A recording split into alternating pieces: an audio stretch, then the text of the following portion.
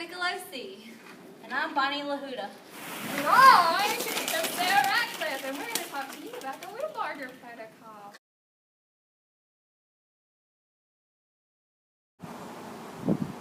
What is Wilbarger Protocol? It is a three-part treatment approach to sensory defensiveness. Sensory defensiveness is a tendency to react negatively to harmless stimuli or sensory input. There are different types of sensory defensiveness. One is tactile defensiveness. This is when others would rather touch people than be touched, or fuss or resist when hair is being washed or cut. Another type is oral defensiveness. This is when people dislike food textures. There's gravitational insecurity, which means they appear to have a reaction of change in the environment. Postural insecurity, a fear of avoidance of certain movements or activities. Visual defensiveness, which means oversensitivity to light. And there's auditory defensiveness, which can be an oversensitivity to certain sounds. Or there are other types of defensiveness, which include taste or smell. There are three aspects to this Wilbarger protocol, and that includes awareness and evaluation, a sensory diet, and guided treatment, which is deep compressions and oral tactile technique.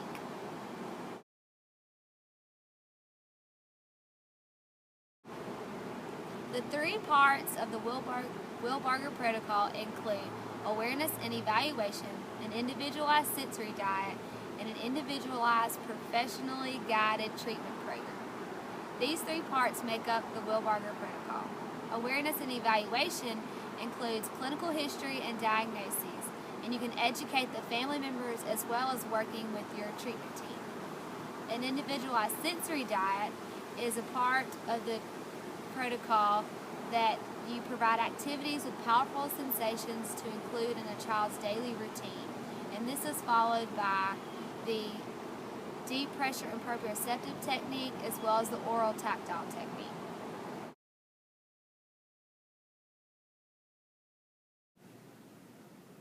The Wilbarger deep pressure and proprioceptive techniques can be used up to 6 to 8 times and follows 2 steps. It provides maximum input to the skin using this soft brush, and you have to do joint compressions 10 times each to each joint. Now we're going to talk about some precautions and contraindications with the Wilbarger protocol while doing the deep pressure technique. You never want to cause any redness of the skin on the patient. When you're doing the joint compressions, you want to make sure the joints are aligned.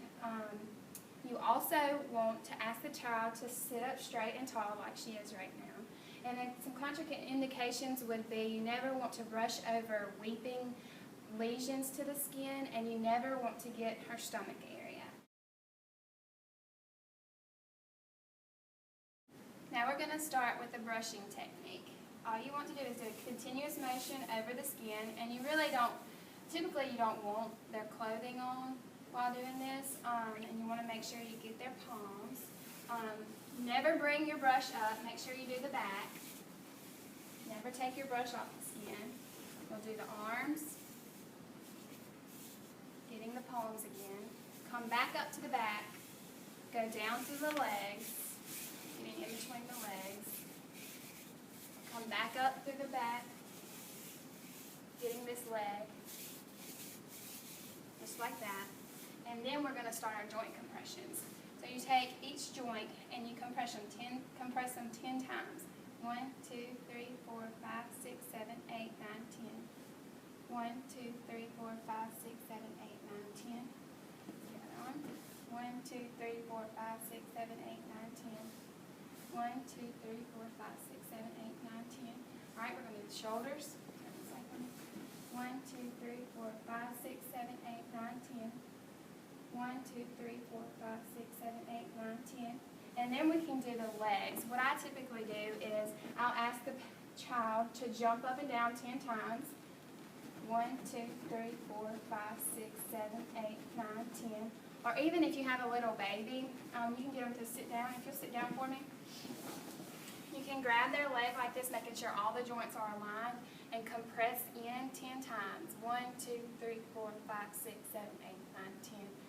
then 1, 2, 3, 4, 5, 6, 7, 8, 9, 10. Always brush this way, not this way.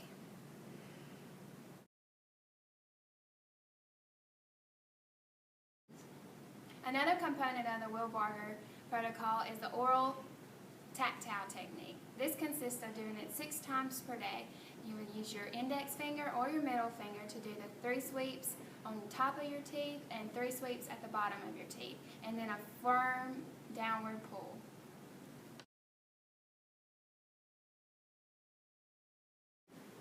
Now we're going to do the oral component, and for the purposes of this video, we're just going to let Bonnie do it instead of me sticking my finger in her mouth. So, you want to use firm, steady pressure with this technique, and the technique can be done with the index finger or the index and the middle finger. And what you want to do is take your index and middle finger and do 3 sweeps at the top of the palate of the mouth, and then 3 sweeps on the bottom part of the mouth.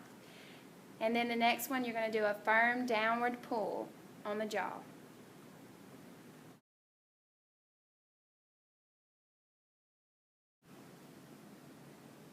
Another aspect of the Wilbarger protocol is the sensory diet.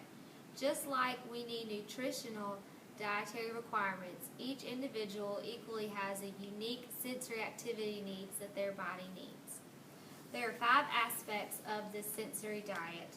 Before I get into that, I'm going to discuss what is a sensory diet, which are powerful activities that provide powerful sensation to a daily routine to reduce sensory defensiveness, help the person maintain optimal level of arousal, and promote self-regulation and behavioral organization. There are 5 aspects to the sensory diet, including specific time-oriented routines or sensory tune-ups. This includes deep tactile pressure, vestibular and proprioceptive input, and can be most effectively for helping the individual stay in a comfortable state. Routines are also important as transitional periods can cause problems with such individuals. Interactions, attention to eye contact, voice quality, tone, rate of speech are all aspects of interaction that have effect on these individuals. Structuring the environment is also important, as this helps make available various sensory tools as self-directed exploration and one of the most effective forms of intervention. And lastly, leisure activities. It's important to remember to encourage the development of leisure activities as these can provide an excellent opportunity for necessary sensory experiences.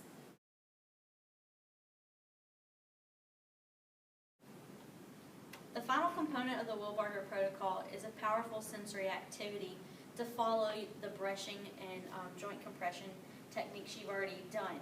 Some examples are, putting a child on a swing, any kind of swing that you have available, jumping on a ball or on a trampoline. These are, just to get some more feedback into the joints. We also can put a child on a scooter board and have them, pull themselves across the room, or have a sit and spin on the floor to have a child spin around on. These are all examples of powerful sensory activities. You can also do chin-ups or a dance routine if the child's interested. And then these can be followed by either tactile, visual, or fine motor activities. Some examples for tactile would be, playing in shaving cream or finger painting, to use glue or sand or anything that they're trying to become less sensitive to. For visual, you could do marble mazes where they have to tilt a board, or just follow a maze with their finger, or doing a puzzle, or picture searches in a book. And then finally, for fine motor, you could have them make a necklace, or cut, or use a chalkboard. Pegs and Legos are great with kids too. These are just a few examples of activities you can use following your Wilbarger protocol.